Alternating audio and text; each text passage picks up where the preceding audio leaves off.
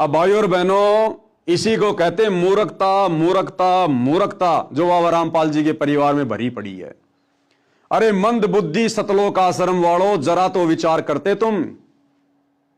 जब हिसार कोर्ट ने यह कहकर संत रामपाल जी की सितंबर 2025 में जमानत याचिका खारिज की कि बाबा रामपाल जी के समर्थकों की संख्या दिन ब दिन बढ़ती जा रही है, अगर उन्हें जमानत मिल गई तो वापस उनको तारीख पर लाना बड़ा मुश्किल होगा, उनके भगत उनको नहीं छोड़ेंगे। क्योंकि बरवाला कांड में लोगों ने देखा है ना, बाबा रामपाल जी के परिवार ने भोले भाले भक्तों को कमांडो बनाकर पुलिस प्रशासन के सामने खड़ा कर दिया।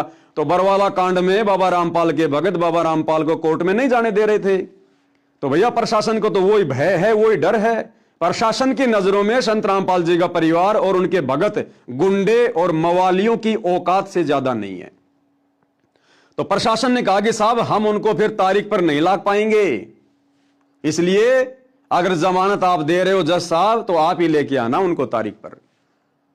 अब जिस कोर्ट ने यह कहकर जमानत याचिका खारिज कर दी कि उनके समर्थकों की संख्या दिन ब दिन बढ़ती जा रही है और इन मंदबुद्धि सतलोक आश्रम वालों ने गांव गांव जाकर बाबा रामपाल के सम्मान के नाम पर आम समाज से ज्यादा भक्तों की भीड़ इकट्ठा करके जो ड्रामेबाजी करनी शुरू कर दी, अरे प्रशासन तो और ज्यादा भड़केगा कि पहले से बाबा रामपाल जी के समर्थकों की संख्या बहुत ज्यादा थी, अब तो देखो हरियाणा में जगह जगह उनका मान सम्मान हो रहा है। बाबा रामपाल के समर्थन में हरियाणा का आम व्यक्ति भी आ रहा है, गांव वाले भी आ रहे हैं, पंचायतें भी आ रही हैं।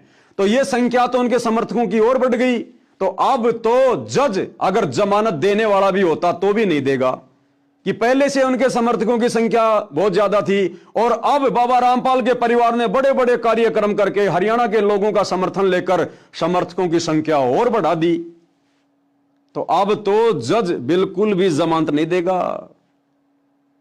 अरे मंदबुद्धि सतलोक आश्रम वालों, तुम्हारे को किसने ये घटिया शिक्षा दे दी? अरे वकीलों को पैसा चाहिए, पैसा। बाबा रामपाल जेल में रहे चाहे रेल में रहे, उन वकीलों को लेना देना नहीं है। तो मंदबुद्धियों, तुमने क्या कर दिया? अगर उनकी जमानत कैंसिल होती है 14 जनवरी 2026 को, उसके जिम्मेदार तुम सतलोक आश्रम वाले होंगे।